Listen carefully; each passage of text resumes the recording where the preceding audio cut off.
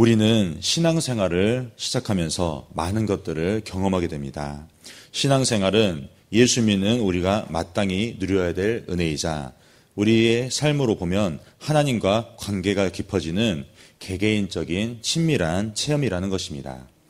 그렇다면 이 반드시 체험되어야 되는 것, 하나님과의 교제는 어떤 것입니까? 오늘 본문에 구약의 모세가 출애굽하여 홍해를 건넌 후 하나님을 찬양하는 장면이 나옵니다. 애굽에서 400년 동안 종살이를 하던 이스라엘 백성들을 하나님께서는 구원하십니다. 그 구원을 위해 모세를 부르십니다. 나이 80이 돼서야 하나님의 부르심을 받은 모세이지만 하나님께서는 그로 하여금 하나님의 구원 사역을 경험하게 하십니다. 그리고 모세와 백성들은 하나님이 누구이신지를 알게 되고 이렇게 부르게 된다는 것입니다. 여호와는 용사시니 여호와는 그의 이름이시로다. 내가 부르는 나의 힘, 나의 노래, 나의 구원, 그리고 나의 하나님이시며 나의 아버지 하나님, 용사라 불리시는 그분의 진정한 이름은 바로 여호와라고 고백한다는 것입니다. 여호와는 무슨 뜻입니까? 나는 스스로 있는 자라고 성경에 기록되어 있습니다. 여호와는 모세가 그 광야의 떨기나무에서 자신을 보게 될 때 출애굽의 사명을 주십니다. 모세가 이스라엘 백성들이 자기를 보낸 이가 누구냐고 물어보면 어떻게 대답해야 하나요? 라고 하나님께 질문합니다. 그러자 하나님께서는 나는 스스로 있는 자다. 너는 백성들에게 스스로 있는 자가 나를 너희에게 보내셨다 하라고 자신의 이름이 여호와임을 분명히 알려줍니다. 이 여호와라는 이름은 성경에서 총 6,800번이나 사용되어졌습니다. 아무리 그 어려운 개념, 난해한 개념이라도 6,800번이면 사람들의 머릿속에 각인되어 버립니다. 성경이 기록되어지고 읽혀지는 모든 날, 그리고 모든 순간, 모든 독자들에게 하나님은 자기가 스스로 있는 자, 여호와라는 것을 우리에게 알려주고 있다는 것입니다. 하나님께서 이렇게까지 우리들에게 자신의 이름을 소개한 이유는 무엇입니까? 바로 우리가 하나님 앞에서, 여호와 하나님 앞에서 누구인지를 알려주시기 위함이라는 것입니다. 하나님께서는 모세가 나를 누가 보내는지 백성들이 질문할 때 어떻게 대답해야 합니까? 라고 이 물어보는 질문에 너는 나를 스스로 있는 자라고 그렇게 소개하라고 합니다. 나는 너희들이 애굽에서 보았던 우상과 같은 신이 아니다. 자연현상이 아니다. 너희들이 섬기던 우상에서 나온 그런 만들어진 신이 아니라고 이야기한다는 것입니다. 우상은 사람들 안에 있는 그 육신의 소욕으로부터 나왔지만 사람들의 눈에 보여지는 자연현상이나 어떠한 놀라운 이적으로부터 그렇게 표현되어졌지만 나는 스스로 있는 자다. 그리고 이 세상은 너희들이 살아가는 이 세상과 너희들의 인생은 바로 나로부터 시작되었다고 그렇게 말씀한다는 것입니다. 너희들은 하나님의 자녀라는 것을 비로소 알게 된다는 것입니다. 그리고 이 스스로 있으신 유일한 여호와는 바로 예수 그리스도로 이 땅에 오셨다는 것입니다. 사실 이 스스로 있는 자라는 단어는 성경 원어를 번역하면서 나온 이름이라는 것입니다. 그럼 성경 원어인 히브리어를 곧바로 직역하면 이 여호와는 무슨 뜻입니까?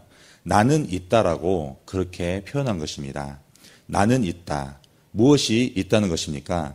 이 땅에 예수 그리스도로 오신 그 하나님께서 하신 말씀을 읽도록 하겠습니다.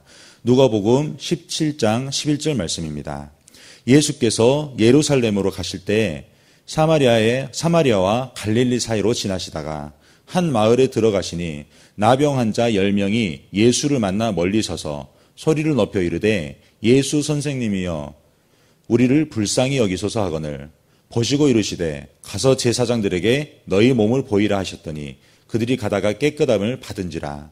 그 중에 한 사람이 자기가 나은 것을 보고 큰 소리로 하나님께 영광을 돌리며 돌아와 예수의 발날에 엎드려 감사하니 그는 사마리아 사람이라. 예수께서 대답하여 이르시되 10사람이 다 깨끗함을 받지 아니하였느냐? 그 9은 어디 있느냐? 이 이방인 외에는 하나님께 영광을 돌리러 돌아온 자가 없느냐 하시고 그에게 이르시되 일어나 가라 내 믿음이 너를 구원하였느니라 하시더라. 바리새인들이 하나님 나라가 어느 때에 임하니까 묻거늘 예수께서 대답하여 이르시되 하나님 나라는 볼 수 있게 임하는 것이 아니요 또 여기 있다 저기 있다고도 못하니 하나님의 나라는 너희 안에 있느니라 라고 말씀합니다. 무엇이 있습니까? 무엇이 나는 있다라고 하나님을 스스로 그렇게 소개한다는 것입니까? 바로 하나님의 나라가 이미 너희 안에 있느니라 라고 예수님을 통해 말씀하셨다는 것입니다. 구약에서 모세와 이스라엘 백성들과 함께 있는 하나님 자신이 여전히 신약에서도 그리고 오늘날을 살아가는 우리와 함께 있다. 그 하나님의 나라가 이미 너희 안에 있다는 것을 알려주십니다. 우리는 하나님께 나아가려고 자주 애쓴다는 것입니다. 그리고 어떤 내가 일반적으로 경험하지 못한 현상과 체험을 경험하면 상당히 놀라게 된다는 것입니다. 그 놀라운 일이 바로 내가 하나님께 나아가고 있는 것인 걸로 착각한다는 것입니다. 그러나 이미 우리에게 있는 하나님께 내가 돌아가는 것이 중요하다는 것입니다. 구약의 호세아 6장 3절 말씀처럼 여호와를 힘써 알아가기 위해 다시 주께로 돌아야 한다. 이미 나와 함께 있고 이미 내 안에 하나님의 나라를 주신 분이 바로 여호와이심을 알고 하나님께 다시 돌이켜야 된다는 것입니다. 그러므로 나를 감동시키는 것, 내가 겪지 못했던 새로운 것만이 신앙체험이라고 생각되어진다면 우리는 반드시 말씀을 통해 올바르게 확인해야 된다는 것입니다. 이 말씀을 통해 올바르게 확인하는 과정이 무엇인지 사도행전 14장 말씀을 통해 읽도록 하겠습니다. 10절 말씀입니다. 무리가 바울이 한 일을 보고 루가오니와 방언으로 소리질러 이르되 신들이 사람의 형상으로 우리 가운데 내려오셨다여 바나바는 제우스라고 바울은 그 중에 말하는 자이므로 헤르메스라 하더라. 시외 제우스 신당의 제사장이 소와 화환들을 가지고 대문 앞에 무리 함께 제사하고자 하니 두 사도 바나바와 바울이 듣고 옷을 찢고 무리 가운데 뛰어들어가 소리질러 이르되 여러분이여 어찌하여 이러한 일을 하느냐. 우리도 여러분과 같이 성정을 가진 사람이라. 여러분에게 복음을 전하는 것은 이런 헛된 일을 버리고 천지와 바다와 그 가운데 만물을 지으시고 살아계신 하나님께로 돌아가게 하려 함이라 라고 말씀합니다. 바울과 바나바가 이 그리스 로마에 있는 많은 사람들에게 복음을 전합니다. 그 복음을 전하는 과정 중에 어떤 병자가 구원받을 만한 믿음이 있는 것을 보고 그를 회복시키십니다. 그를 치유하고 그에게 예수님을 영접하게 합니다. 그러자 그 현상을 보고 많은 사람들이 내가 믿고 있는 제우스이냐 아니면 헤르메스냐 그 놀라운 이적을 내가 직접 확인하기 위해서 제우스 신당에서 일하던 제사장들까지 소와 화환을 들고 바울과 바나바를 추종하려고 합니다. 그러자 바울과 바나바는 옷을 찢어가면서 나는 너희들과 같은 사람이요 도리어 이 일을 행하신 분은 바로 살아계신 하나님이시고 너희와 함께 있는 하나님이니 이 살아계신 하나님께로 돌아오라고 그렇게 그들에게 복음을 전하고 있다는 것입니다. 그리고 신약의 디모데후서 3장 14절 말씀처럼 너는 배우고 확신한 일에 거하는 데까지 나아가라고 그렇게 계속해서 이 말씀에 올바르게 배울 것을 강조하면서 우리들에게도 계속 복음을 전하고 있다는 것입니다. 이것이 우리가 하나님께로 올바르게 돌아가는 것임과 동시에 주께서 허락하신 나와 내 가족 그리고 이웃과 사회, 교회와 신앙생활을 지키는 길이라는 것입니다. 이 일을 위해 우리는 계속해서 말씀을 배웁니다. 그리고 모이는 교회로서 주일 예배와 순모임을 지키고 흩어지는 교회로서 선포된 말씀을 붙잡고 세상 가운데 교회로 살아갑니다. 그리고 우리가 배우고 확신한 일에 거하는 그 말씀을 내 이웃과 많은 사람들에게 전하는 일을 계속해서 살아가야 된다는 것입니다. 세상이 혼란스럽습니다. 구약의 이스라엘 백성들이 만났던 애굽의 우상들보다 더한 다원주의, 인본주의, 상대주의가 교회 안팎에서 예수만이 구원자라는 진리를 흔들고 있습니다. 놀라운 이적과 사람들이 겪어보지 못했던 그런 체험들을 앞세워서 말씀을 오용하고 말씀을 복음을 전하는 데 사용하는 것이 아니라 말씀을 잘못된 가르침을 전하는 자들에게 그렇게 미혹당하게 하는 이단들이 판을 치고 있다는 것입니다. 그러나 성경은 계속해서 오직 예수님께서 우리에게 주신 구원만이 정당하고 영원한 구원의 근거가 된다는 것을 선포하십니다. 그러므로 우리는 성령님의 그리고 하나님의 이 증언, 예수가 하나님의 아들임을 분명히 믿고 살아가야 된다는 것입니다. 갈라디아서 2장 20절 하반절 말씀입니다. 이제 내가 육체 가운데 사는 것은 나를 사랑하사 나를 위하여 자기 자신을 버리신 하나님의 아들을 믿는 믿음 안에서 사는 것이라. 아멘. 그러므로 우리는 이미 충분한 인생이라는 것입니다. 이미 하나님의 나라가 우리 안에 임했습니다. 그것을 모르고 살았던 우리는 다만 하나님께 돌이키면 된다는 것입니다.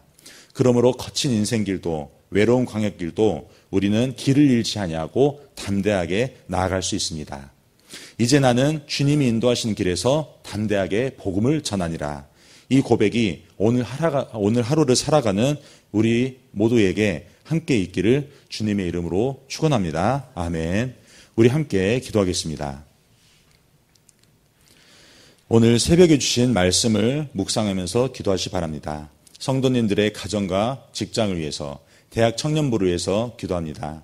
섬기는 김지용 목사님을 위해서, 그리고 청년들이 학업과 직장, 이성과의 관계에서 복음을 경험하도록 대학 청년부 한 명 한 명을 위해서 기도하시 바랍니다. 필리핀 단기 선교와 청청 여름 캠프가 계속되고 있습니다. 단기 선교와 캠프를 통해 주님과 함께 은혜의 복음을 경험하고 증거하는 일을 우리가 할 수 있도록 기도하시기 바랍니다. 담임 목사님의 건강과 성령 충만, 사모님과 자녀들을 위해서 기도할 때 성령님의 인도하심을 따라 하나님께서 주신 말씀이 주인되어 교회를 이끄시게 해달라고 기도하시기 바랍니다. 대통령과 나라와 민족을 위해서 해외 선교하시는 이복음 선교사님, 우즈베키스탄에서 사역하십니다. 광신대학교를 위해 기도할 때 직원들이 예수님을 바라봄으로 정직과 성실로 근무하도록 함께 기도하겠습니다. 사랑이 많으신 하나님 아버지 감사합니다. 우리가 하나님을 모르고 하나님께 나아갈 수 없다고 생각하는 그때에도 이미 예수께서는 말씀을 통해 우리에게 알려주십니다. 이미 하나님의 나라가 너희 안에 있다. 천국이 너희 안에 있다는 것을 알려주시오니 우리가 그 예수님의 말씀을 따라 그리고 하나님께서 이미 우리에게 임하신 놀라운 은혜를 따라 담대하게 살아갈 수 있도록 역사하여 주시옵소서.